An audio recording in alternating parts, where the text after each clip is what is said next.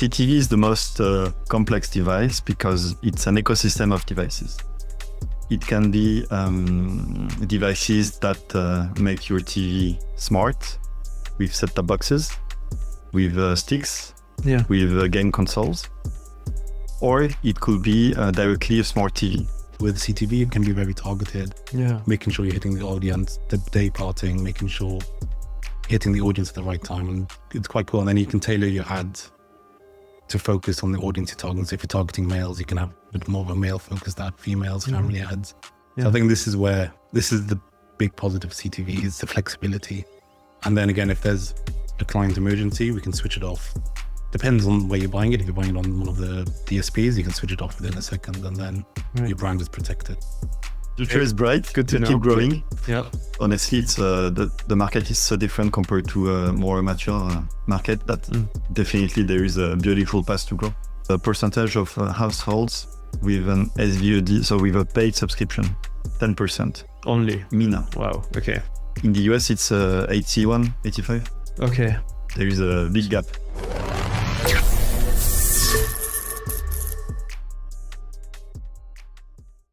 Ahmed and Yann, welcome to Below the Fold. Thank you. Thanks for having us. Yeah, I'm really excited about this episode and having you guys being part of this episode. This episode's about CTV, connected TV. It's not something new.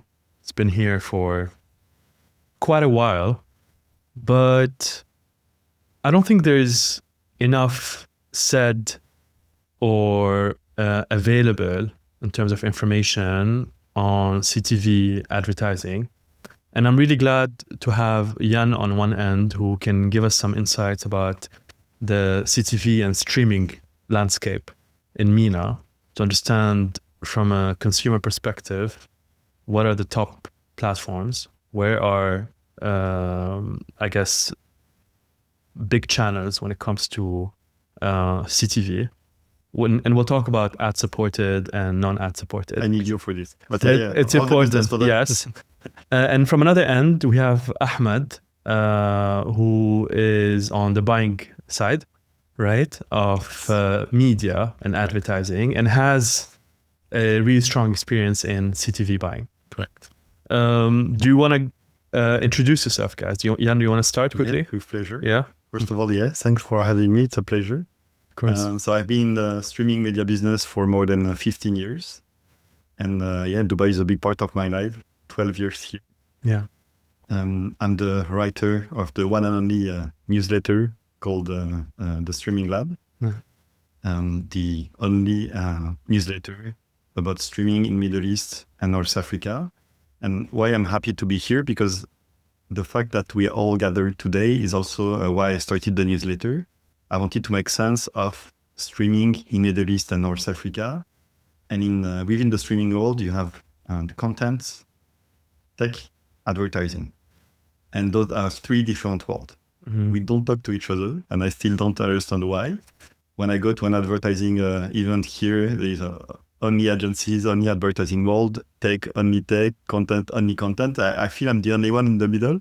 So that's why I'm trying to do. So today is the perfect day to awesome to mix all those topics together. Awesome. Ahmed. Yes. So I've been in agency sides. I've been in agency side now for 8 years. 5 years of that in London, and then 3 years here in Dubai. Seeing the evolution of CTV, obviously coming from London, UK, very developed CTV market, and then moving to Dubai and just seeing it the complete opposite at the beginning. It's getting better, but at the beginning it was completely opposite. 1 or 2 players. But it's on the rise. It's on the rise. I'm sure we'll discuss that as well. I think it's new. CTV here still. Yes. Yeah. But let's see. We'll discuss why. Compared to which markets would you say it's new? Or what markets are more mature? For example, this week was CAPSAT, so it's a big event. It used to be cable satellites. Now it's a lot about streaming. And there were a lot of side events. And one event was very interesting, OSN and Magnite. And when you hear them talking about CTV, honestly, it's still, it feels like it's still new. They still have to explain to the agencies what's the difference between YouTube, what's the difference between the premium platforms, why the CPMs are totally different. But how about we try to define CTV? Yeah. Because I feel there are some nuances, right? Yes. CTV, and I'll let you guys build on my attempt at defining CTV. CTV is connected TV. And when we say CTV advertising or content, it can be whatever the TV offers in terms of maybe streaming, but also maybe apps or anything that lives on the TV that is connected to the internet. So when we talk about advertising on CTV, it doesn't necessarily need to be advertising on the streaming apps on the TV, but it can also be an ad that appears as soon as you open the TV, right? Because this would also be considered an ad on a connected TV, right? Did I explain it right? Yeah, I think it's important to distinguish CTV and OTT. Yeah. Because CTV is fundamentally a device, part of the OTT spectrum. Mm-hmm. So obviously, CTV is a big important part of that, particularly in the West, not so much here, but it's getting more important here. But CTV is a device, part of an OTT platform. Okay. So the likes of Shahid, for example, you can consume the content on a CTV, but then also on the phone, on your mobile apps, on your desktop. And that's also important. So there's a distinguishing, I think that's important for clients and advertisers to know. Right. That CTV, yes, it's nice to have CTV as a big screen element, but you also need to have that phone. You need to consider it's also users on their phone. And it's equally as premium content on the phone as well, because they're watching the same content as they would on the TV. Right. But I think what's really different when it comes to OTT is the CTV device, because it's a different ballgame when it comes to the screen size, for example. OTT includes phones, but then advertising on mobile phones is maybe perhaps similar to advertising on YouTube. Correct. Right? Yeah. But where it really hits different is when you see an ad on your TV screen, right? And you mentioned higher CPMs. So before defining CTV, I always start with streaming. Yeah. Or OTT. Yeah. So online services that let you stream content, so movies, TV series. We used to call it premium content. Now premium is very complex. What's premium for you is maybe not premium for me, or have another definition.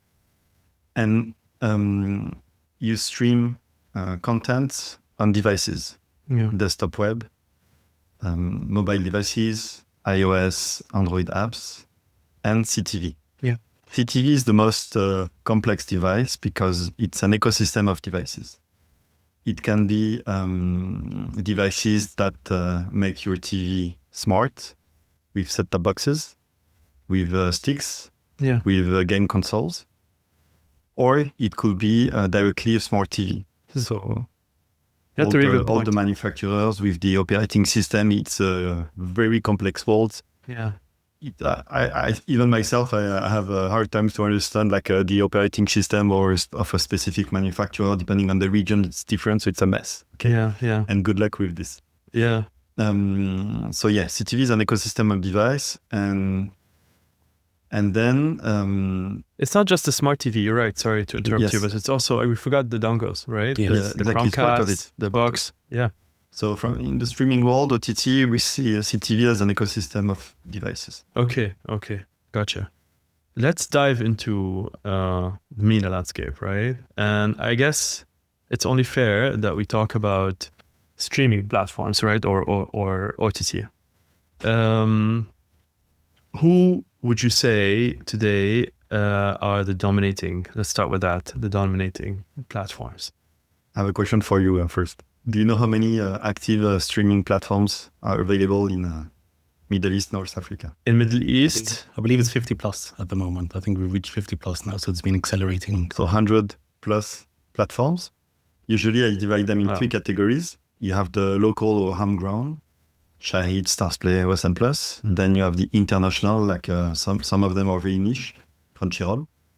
And the global giants, so the big ones, Netflix, Prime Video, Disney Plus.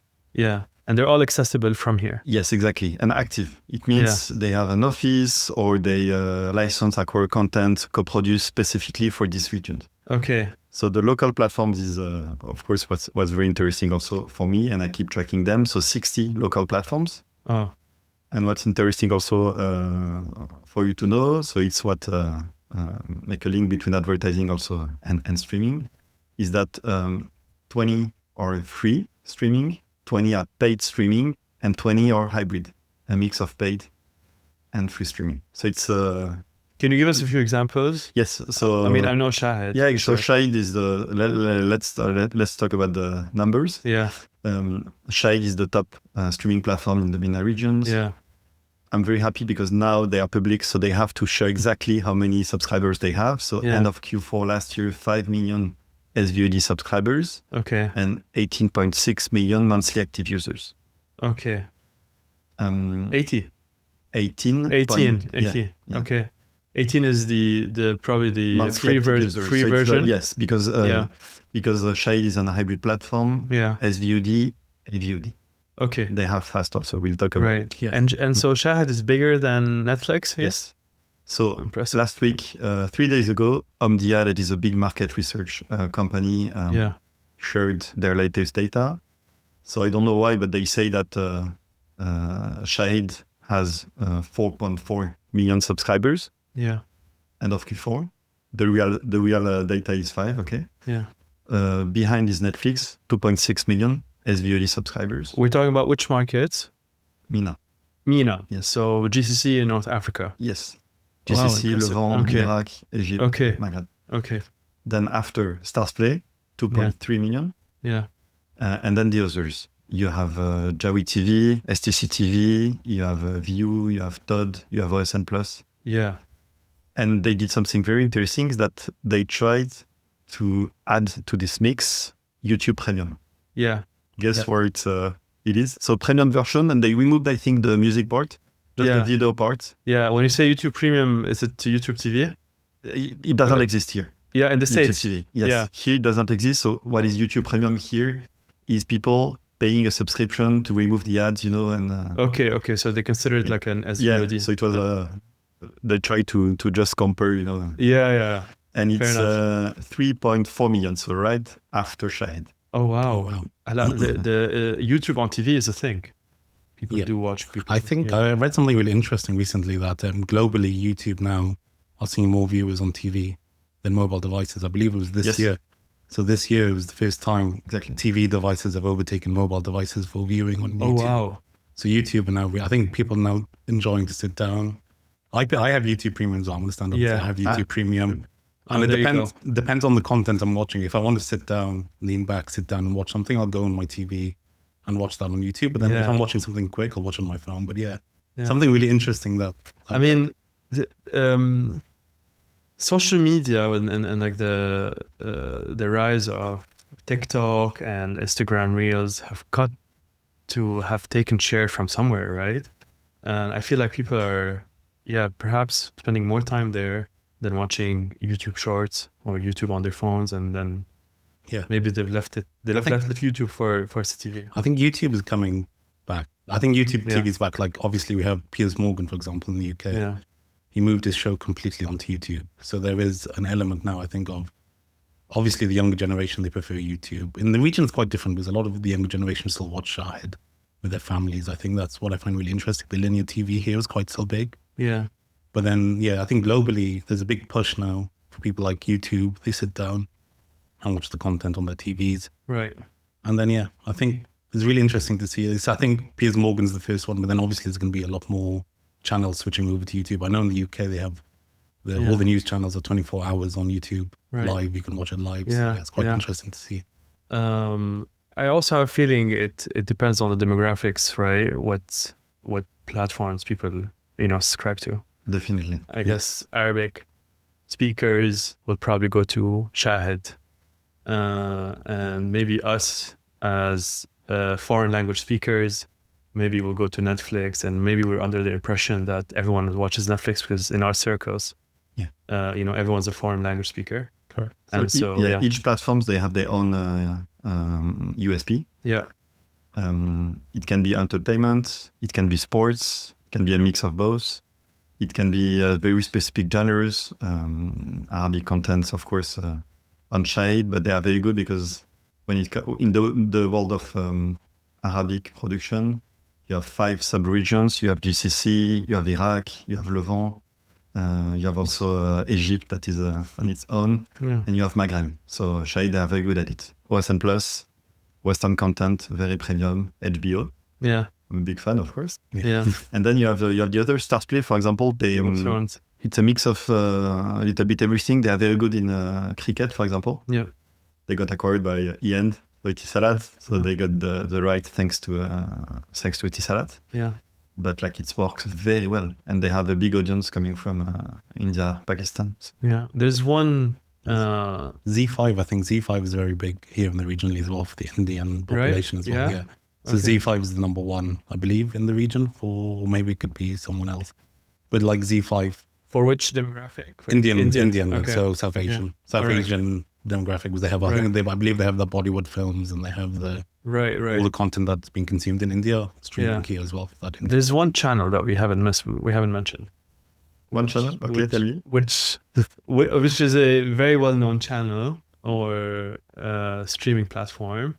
But yeah, it would be interesting to know the numbers here, which is Apple TV. So it's not part of the pie that Omdia shared. Yeah. You know, they have a very specific positioning. Premium plus. Premium, yeah. They don't produce a lot of content. Yeah. But I'm sure you watch most of them. If you're a subscriber, honestly, I'm a big fan. Yeah. And the way they distribute is, within their own ecosystem. Mm-hmm. Yeah. I was going to jump in on that because I don't really have a lot of Apple devices. I'm on a Google phone. Yeah. So like for me, Apple TV has never been in consideration because it's not something I would look into. I don't even know the shows on Apple TV. Because like Yann said, it's very much within the whole ecosystem. So it's Samsung TV has some content also right now. Yeah, Samsung TV is interesting. Every time I open my Samsung TV right now, it starts playing a show. So they launched last year Samsung TV Plus. That is their fast platform. So it's new. They still have 20 channels. I think Shahid have 10 channels onto it. Yes. So the deal is MMS, so that you all know the advertising part of MBC Group, managing Shahid. They got the deal to manage advertising of Samsung TV Plus in MENA, or at least in the countries where Samsung TV Plus is available. In exchange, they gave 10 channels from Shahid. Okay, interesting. And last point on the landscape, and then we can move on to other topics. Cross-platform subscription. How common is that, right? To be watching Shahid, but also have a Netflix subscription. I think it depends on the person. Like for me personally, I don't have a Shahid. I'm not too much big onto the Shahid subscription, but my mum would be. Yeah. So she would have Shahid, but then she also has the Netflix subscription because there's a lot of shows on Netflix with that. And then also, it depends on what you like as well. If you're a sports fan, like me, I'm a massive sports fan. Yeah. Todd. So Todd. So I'd be having Netflix and Todd for sure to watch all the Premier, watching Arsenal in particular. Arsenal in particular. Watching Arsenal lose. Okay. And then, but lose or win? It's been a tough season. I don't want to talk about that. The reason I'm asking is because you want to understand how much incrementality you can achieve by adding more streaming platforms on your media plans, right? And to do that, you also want to understand, all right, what is the duplication between channels? Yeah. And I feel like there's probably higher duplication between Shahid, which is top, and maybe Netflix. You said Shahid number 1, Netflix number 2. Yeah. And then YouTube so closely followed behind. So of course we don't have any choice. We have to subscribe to different platforms. If you honestly, we don't watch only Arabic content. We watch only also sports and OSN Plus, other kind of content. So in this region, I think the average number of platforms per subscribers is 3 to 4. Okay. But at the end, it's a big issue. We call it in the streaming world the subscription fatigue. Yeah. So of course we cannot subscribe to more than 3-4 platforms. Imagine it will cost a lot of money. To answer this challenge, that's why platform not only here, but it started in the US. They launched what we call the model we call ad supported as well. Yeah. So it costs a little bit cheaper, but you have to watch ads, which is good because you can enter this wonderful ecosystem of SVOD with amazing premium content and attention. People watching SVOD, they watch they are focused on it. So for advertisers, it's a good opportunity. So for the landscape here, we have the three big international players. I think they will be Amazon, Netflix, and Disney. Yeah. As soon as they start advertising, it's going to open up the landscape here. Yes. Yeah. Further. So like potentially, like right now, it's quite hard to target an expat. Yeah. Western expat or Australian expat or Lebanese expat Yeah. here in the region because of the limitations on the CTV supply.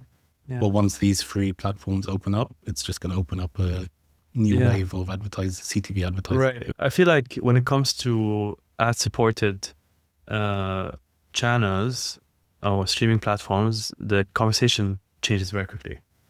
Yes. Right? Today, who's dominating that game of ad-supported So maybe we should channels? have started with the definition of the models Yeah. to understand the landscape. I can do it if you want. Sure. Yeah. So SVOD, subscription video on demand, you pay a monthly price and you have access to unlimited content. TVOD, transactional video on demand, you rent, you pay a fixed fee, and then you can watch for a limited period of time. Mm-hmm. Apple TV, like Apple TV when you rent a movie. The store, App Store. Yeah.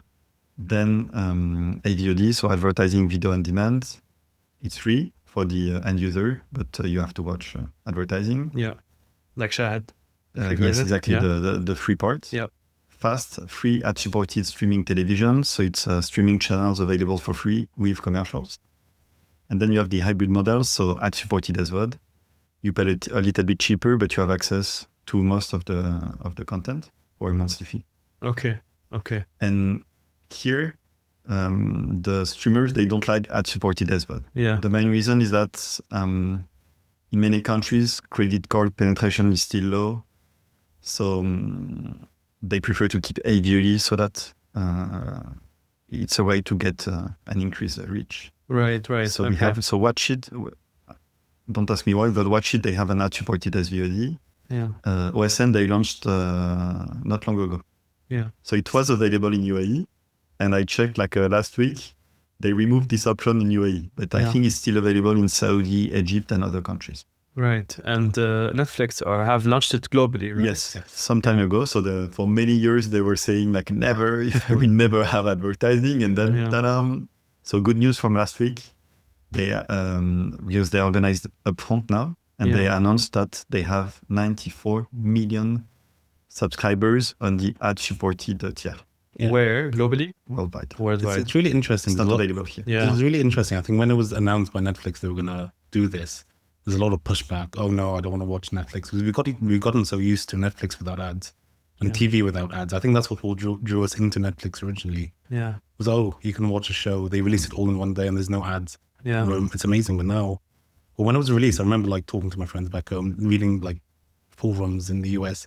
Everyone was unhappy, and as Yann says, if there's 94 million people, it's amazing. It just shows that people are willing to take a hit, especially with paying for all these multi-subscriptions. It takes a hit, and especially now with inflation rising, consumers are trying to save where they can. So I think it's perfect, and I think once it gets released here, we're going to have that backlash. Oh no, we're never going to do this. We're not going to do this, but then people will come back and then start. And those are the audiences that advertisers want, right? Those are the audiences advertisers can access.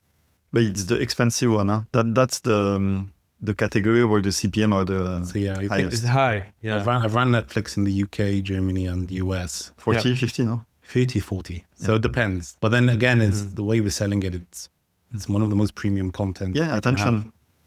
And Netflix, we're not talking about second-rate content. We're talking about top content, which everyone's watching. We had you released last week. Yeah. People talk about Netflix every day, and then they binge that content as well. So but before we get into the effectiveness of CTV advertising, right, and running ads on ad-supported streaming platforms, do you think it's something that will really grow and scale in the region here, especially GCC, where the disposable income that people have? Will they really opt in for ad-supported streaming platforms? Yes. The future is bright. Good to keep growing. Yeah. honestly, it's the market is so different compared to a more mature market that definitely there is a beautiful path to grow. The streaming penetration here is only the percentage of households with an SVOD, so with a paid subscription, 10%. Only? MENA. Wow, okay. In the US, it's 81, 85. Okay. There is a big gap. So there is a price point sort of gap, yeah. Yes, exactly. That's why also I mentioned the challenge before. That's why they launched ad-supported AVOD. So each challenge has a solution. And what we call the willingness to pay is a big challenge here. So because there is a low willingness to pay. So the answer is AVOD. Right. Okay. When subscription fatigue, the answer is ad-supported AVOD. And there is another one also that we call discovery issue. So too many content. I just want to sit and watch. Yeah. This is fast. Right. Yeah. Let back and then you play. Gotcha. I think in terms of adoption, I think what consumers and users will start to see is, yes, they're advertising on these platforms, but you're not being bombarded with ads. So like when you watch YouTube, obviously you can get like 3 ads in a row. Where you have to, I know you can skip it, but it's still a bit annoying. Whereas with Netflix, they're going to still prioritize consumer experience because they don't want users to feel annihilated. Right. So there will be an element of it feels a bit more natural, so it doesn't bombard the user with ads. So I think. Yeah. And you mentioned now when it comes to ads, high CPMs. Yes. Right. There is a premium, right, to run ads on CTV, get on the big screen in the living room. It does hit a little bit different, right, than seeing an ad while you're doom scrolling on social media or it's that big screen. That big screen, right? And people are engaged in the content as well. So it's like you're watching that show, you're not on your phone. You're watching that show, and then an ad pops up, and you will still be on that show waiting for the ad to finish. So. But here's the $1 million question on these ads. Tell me. Right? Is the higher CPM worth paying? I believe it is, because for that brand, the brand awareness you're getting from this, it's amazing. Think about it. It's one household. Maybe there's 4 or 5 people sitting there watching the ad, or they're all being exposed to that ad. Right. And again, when you crack the numbers, look down at the cost per completed view, quite competitive. So I think you're paying 0.03 cent, 4 cent, whereas YouTube is about 0.1 cent. So it is it's competitive in that. I think you have to look away from the CPM value, and the CPM is scary. Like sometimes when I go to clients, especially when I was pitching Netflix, I think at the launch, because of the demand, Netflix were clever because they were doing it in 2 different types of auctions. Yeah. But for like the guaranteed inventory, it was going up to like $50. Yes, it's a lot of money. And there's a lot of money, but then you have to just sit back and say, look, these users are what's it called? Premium. No, they're like engaged. They're very engaged. Right. Yeah, they're hooked. And they're like watching that content. And then there's also the element of incremental reach as well. So you're reaching extra users in other parts of their day. Yeah. People tend to watch CTV in the evening when they're after work. That's what they're focused on. Yeah. When they're relaxed, and that's what they're focusing on. Not in the day, like doom scrolling. I'm guilty of it, just on TikTok, just looking at everything. I heard something last week that was very interesting. So views don't get you sales. So before talking about the high CPM, go back to the other way and understand the parameters. So you have a CTV, big screen. Then the ad load also is very different. On ad-supported SVOD, it can go up to 5 minutes per hour, but it's very low compared to pure AVOD, or that can be what in the US I think it's 15 minutes per hour of ads. Yes. And then the more targeting and capabilities you add, the more premium it becomes. Yeah. So you will reach exactly the people you want to talk to, right, with an amazing ad. Yeah. And speaking of targeting, right, and formats, this is also a topic of discussion, let's say, when it comes to CTV. And I remember when CTV was first introduced in the region, targeting was very limited as compared to other channels. Because of the lack of segmentation and data and tracking, there was available on CTV users. Has it improved? Regionally, no, but it's getting there. Like internationally, it's amazing. Right. We have third-party data partners now who are able to come in do that audience targeting, so you can target high net worth individuals. Regionally, we're getting there. Okay. And I think that's important. But then I think that comes to scale, because right now, we just have one or two big players. Like ultimately, if I'm booking CTV in the region, Shahid's going to take up a lot of that budget. I think once these extra players, Amazon, Netflix, Disney, I think Amazon have a very good data, audience segmentation. Yeah. Obviously, they have the Amazon shopping data, which syncs directly to the TV. Exactly. So it's deterministic data. So it's, you know, that person, not deterministic, what's the other one called? Unique. Yeah. It's actual audience. ID based. ID based. Yeah. Sorry, my mind went blank. Obviously, when you go on Amazon Prime, deterministic is the right term, by the way. Yeah.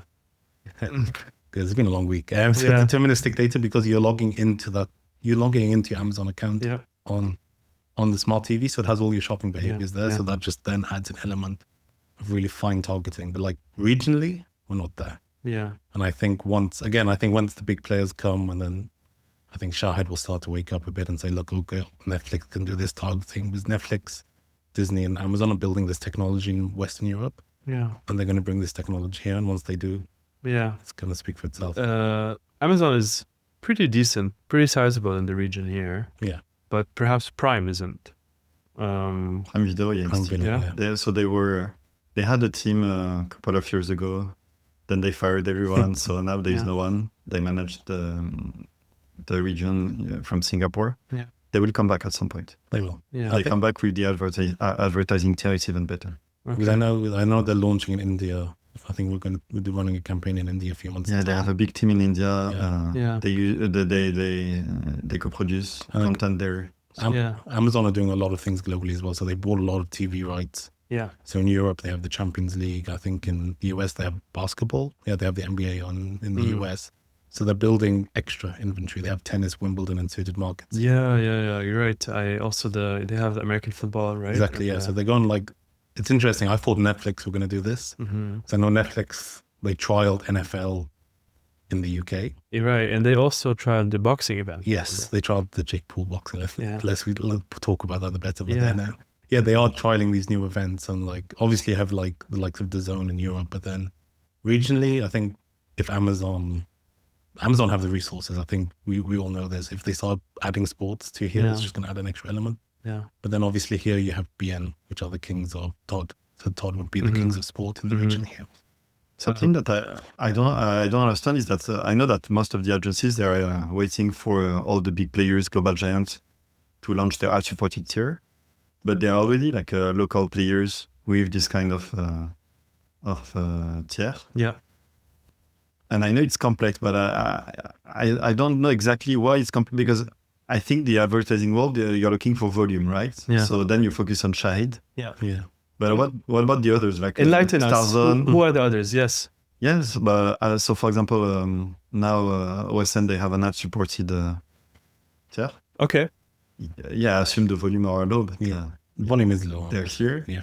Starzone also, they launched AVOD and Fast last year. Okay.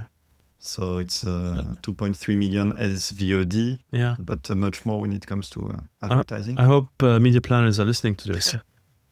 I think it's also important, to all work together. Of course. If we have a strong local ecosystem, it's always better. I know for the advertisers, for your clients, you need volume, and with the big players, it's a way to get it.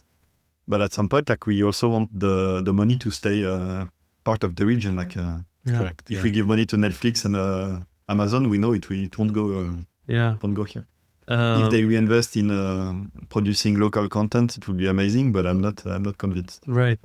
In terms of targeting, so you can have access to whatever the streaming platform offers in terms of segmentation, but we are seeing also these third-party data, right? Providers that are making their audiences available on CTV to buy from. So Amazon is one, obviously, but also another one is LinkedIn CTV. Like today, yes, LinkedIn. First time I hear. LinkedIn is offering CTV ads, guys. So you can target LinkedIn users. That's amazing. On CTV. So they've obviously partnered with a CTV supplier, ad supplier. Right, inventory ad supplier, and they're just making their audiences available there. Smart. That's amazing. Very smart. There's a good audience on LinkedIn. I believe there are other companies that are doing the same. Criteo, which is making now, targeting very, very interesting on CTV. I think that is the positive of CTV targeting compared to linear targeting. So I think this is very important. Like CTV, we're able to go granular. Eventually we will. Yeah. CTV have the ability to go granular. You can contextually target TV. It's not like you're giving your money. If with linear TV, you're just giving your money to a broadcasting house and they decide where the ads go. With linear, with CTV, it can be very targeted. Yeah. Making sure you're hitting the audience, the day parting, making sure hitting the audience at the right time. And it's quite cool. And then you can tailor your ads to focus on the audience you're targeting. So if you're targeting males, you can have a bit more of a male focused ad, females, family ads. Yeah. So I think this is the big positive of CTV is the flexibility. And then again, if there's a client emergency, we can switch it off.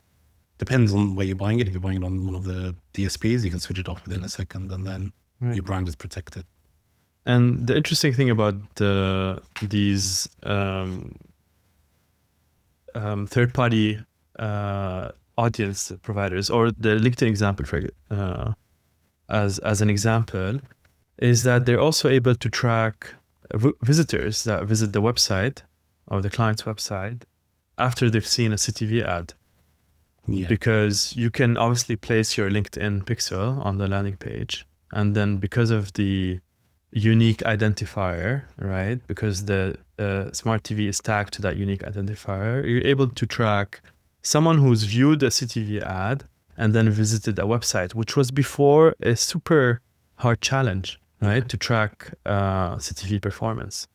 Yeah, and I personally still think it's a hard challenge to track CTV performance, because obviously you can use a cross-device graph where it maps together your CTV device with your phone within the same household based off IP address. But again, this technology is not 100% there. Even in Europe, it's not 100% there. So I think this is one of the big challenges of CTV, is actually attributing a final action from your CTV. So this is, I know there are things that are happening which sound nice, but I think ultimately, personally, I feel it's not quite there yet.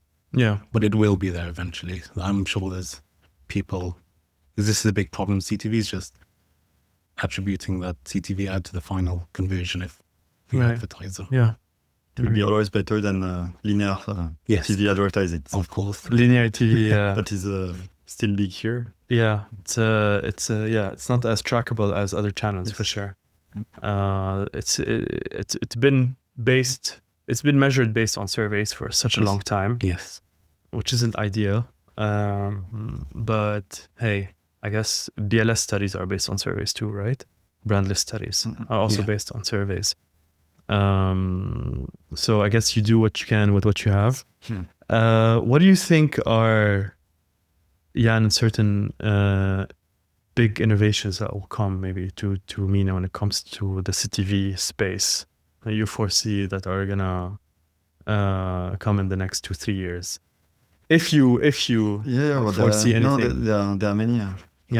I'm at CapSat. I discussed with a startup from Germany called J, and what they do is shoppable content. So that's amazing technology. So there are different use cases. For example, you watch a game, and at the same time, so you watch a football player, the one with the ball. You can see directly on the screen his jersey and other ways, and you can buy directly on the CTV. Oh wow, okay. But is this a smart device, IoT type product, or is it It's integrated within the player. Okay. Directly inside the player, yes. So inside the app on the CTV. Okay. Another use case: you watch your favorite TV series. You have a lady with a dress. You can see the same dress and buy it directly. Okay. So Amazon already, of course, mentioned this. They have a feature called X-ray, where I don't know if you tested it, but it's you receive a lot of metadata in real time of the characters on the scene. Yeah. And they are going to implement soon the shoppable content. Okay. And this startup, they do the same, but for tier 2, tier 3 streaming platforms. So. Great news for retailers, I guess. Yeah, exactly. Yeah. So I'm sure there will be links also, of course, with you advertising. Yeah. Still complex to implement, I think, but the better the tech is, the seamless it should be. So I think it's an interesting innovation. Okay.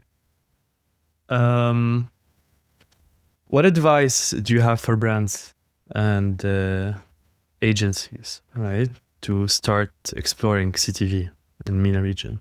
I think start small. Like if you haven't appeared on CTV, you're not going to see results straight away. And I think you have to manage client expectations immediately. I think you have to sell them big format, but I think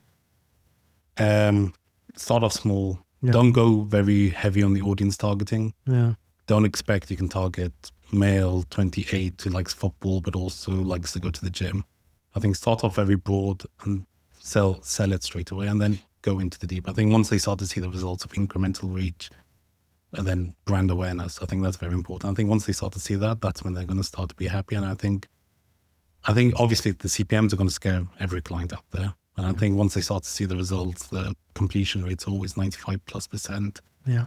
That'll calm them down, and then you'll be able to slowly bring in a bit more, increase your CTV budget from there. Right. And how would you recommend that brands or agencies measure CTV in order to have a go in justifying the CPM? Yeah. So I think you obviously have your base metrics, impressions, views.